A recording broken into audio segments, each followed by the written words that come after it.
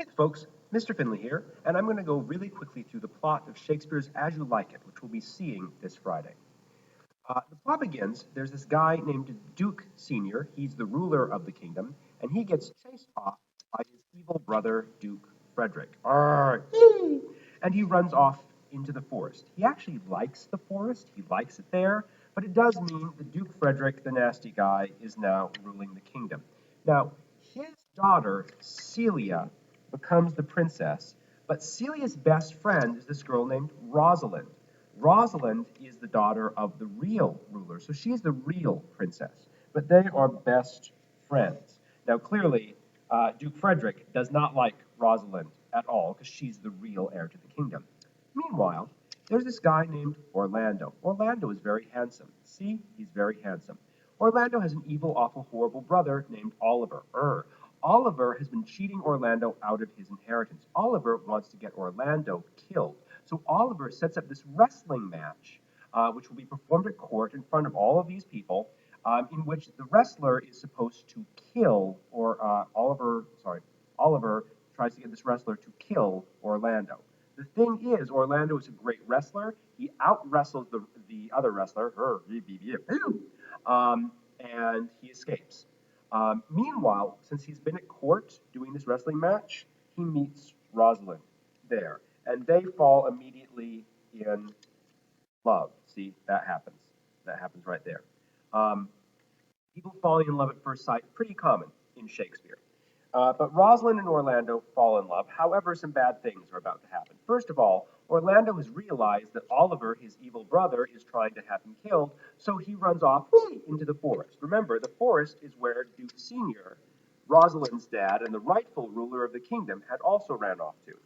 Meanwhile, evil Duke Frederick has decided he is sick and tired of Rosalind. Everybody likes Rosalind. Rosalind says nice things. I'm sick and tired of Rosalind. So Duke Frederick says that he's going to have Rosalind killed unless she goes. Rosalind is really upset, but Celia says, no, wait, we can run off into the forest too. Your dad's hiding out there already. There's a problem, though. Women without a male escort are very, very likely to be attacked, to be kidnapped. All kinds of nasty things could happen. So Rosalind hits upon an idea. She will don a ridiculous disguise. She will disguise herself as a man. That's supposed to be a mustache. There, it looks like she has really big lips. Anyway, but Rosalind, disguised as a man, takes on the name of Ganymede, not the most masculine name in the world. But Rosalind and Celia then run off into the forest.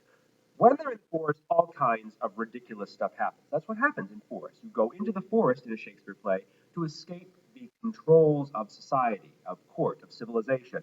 And wild and crazy things happen, and love happens. And among those things, there's this guy named Touchstone. Touchstone is actually the king's jester and had run off into the forest with these girls. And he meets a girl and falls maybe in love, I'm not sure, but he ends up marrying her. Crazy things happen. He tells jokes. He's Touchstone. He's funny. Also in the forest, there's this guy named Jakes. Jakes is a philosopher. He's a pessimist. He doesn't like anything. He's actually become pretty good friends with Duke Senior. Remember the rightful king who's living in the forest?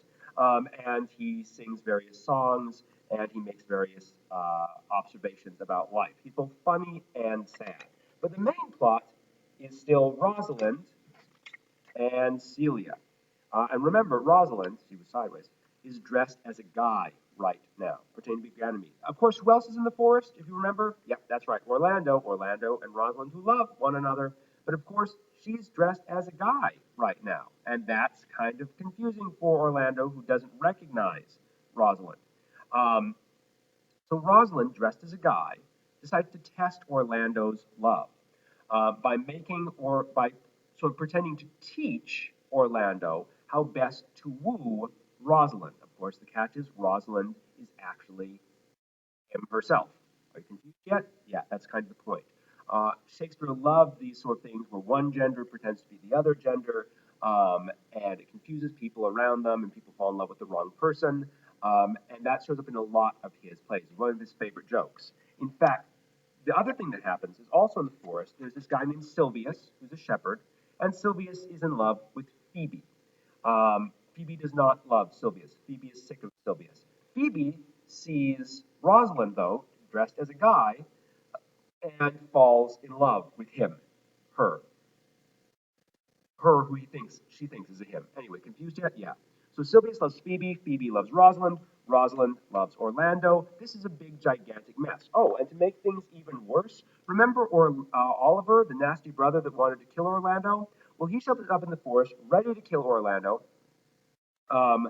He is attacked by a lion, is saved by Orlando, realizes, oh, wait, I shouldn't want to kill my brother. He just saved my life. So he has a change of heart, becomes a good guy, and Celie meets him and falls in love. So there's that happens too.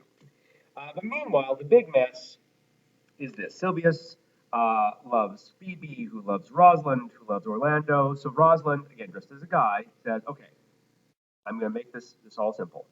Tomorrow, I will marry you, Phoebe. But if I do something that makes you not want to marry me, then you've got to promise to marry Sylvius. And Phoebe says, sure, of course not, because Phoebe can't think of what that would be. So the next day, they're all gathered together, and Duke Sr. is there to watch over the wedding, and Rosalind goes off and gets rid of her ridiculous disguise and comes back, and everyone's like, "Oh, Rosalind is a girl." Yes, absolutely. And so Phoebe's like, "Oh, wait, no, I don't want to marry Rosalind. Rosalind's a girl. Oh, that means, oh, I guess I have to marry Sylvia." So they get married, and that means that Orlando's like, "Oh yeah, you're Rosalind. You're the girl I love," and they get married. And Duke Senior's happy. He's like, "Oh, it's my long lost daughter. That's great." And like I said, Celia and Oliver, they get married. Um, and by now, Touchstone has gotten married. There's a big marriage going on there. And Jakey's doesn't get married. Jakey's is sick of all this love. In fact, he makes fun of all the lovers. And then just to wrap everything up, Duke Frederick, the nasty guy, he runs into a monk who convinces him to give up everything to join a monastery. And he says, "Sure, I'll do that." So he's out of the picture. And Duke Sr. can become the rightful king again, and everything happens, and there's a happy ending, and I'm covered with post it notes. Is it crazy? Sure, absolutely. Is it sort of hard to follow? Yeah, but that's half the fun. When you actually see it in performance, it becomes a little bit easier to follow. But I wanted to give you some little sketch of what the plot is like so that when you go and see it on Friday, you sort of know who the characters are, who falls in love with who, and why they're doing all these crazy things. Thanks.